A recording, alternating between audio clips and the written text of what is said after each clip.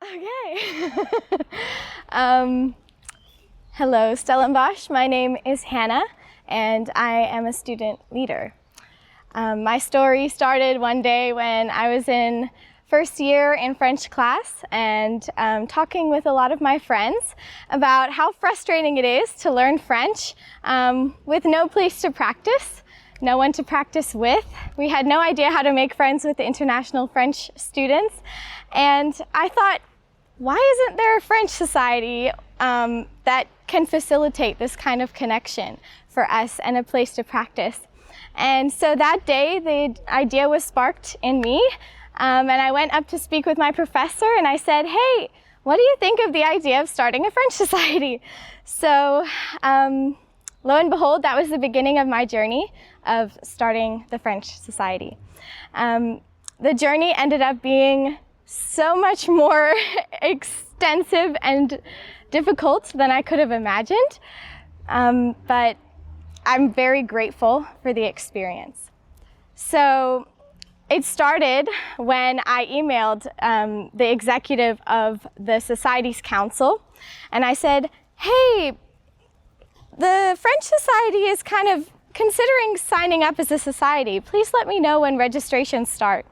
Lo and behold, registrations were already done, and the executive said, we're going to give you 24 hours if you would like to start the society, and you have to have your constitution, 20 members, a registration fee, and all kinds of things. And me, little first year student, I had no idea how I was going to make that happen in 24 hours. But I gathered together two of my friends from French class who believed in this idea with me.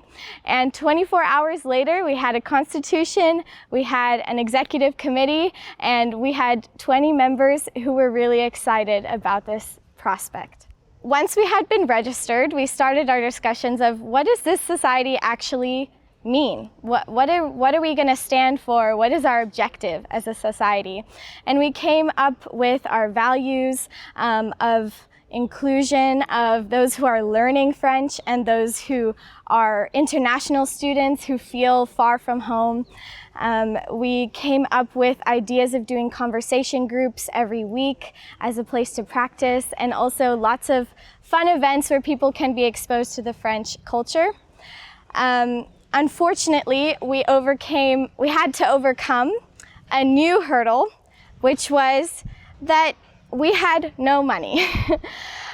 The way that societies gain money is through membership fees, and unfortunately, there were so many difficulties in the university system this past year that we were not able to open our membership fees until about June. And so our society ran from January until June with exactly 0 rand in our bank.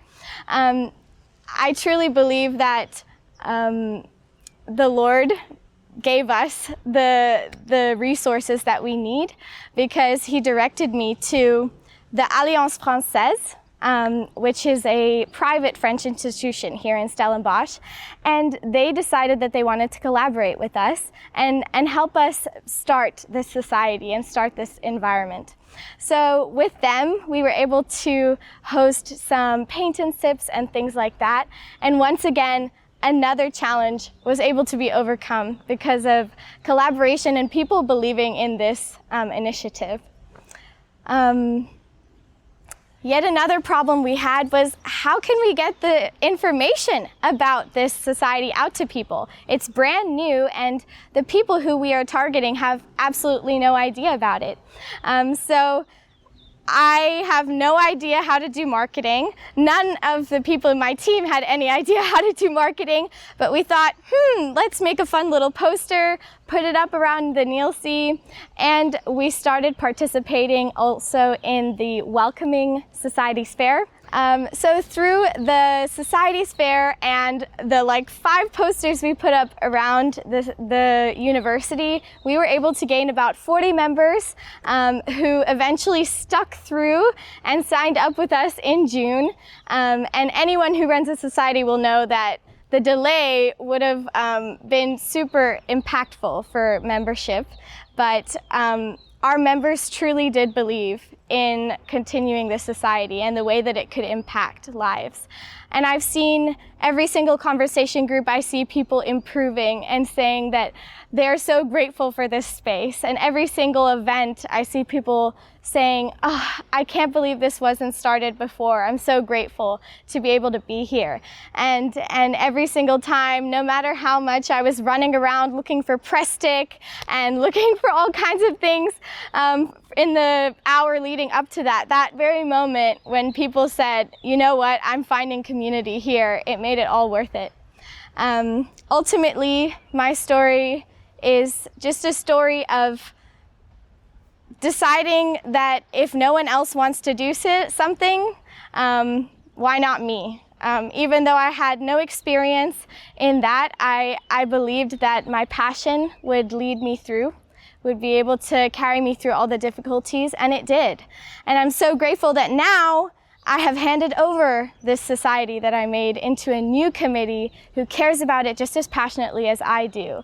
And I truly believe it'll continue for the years to come. Yeah.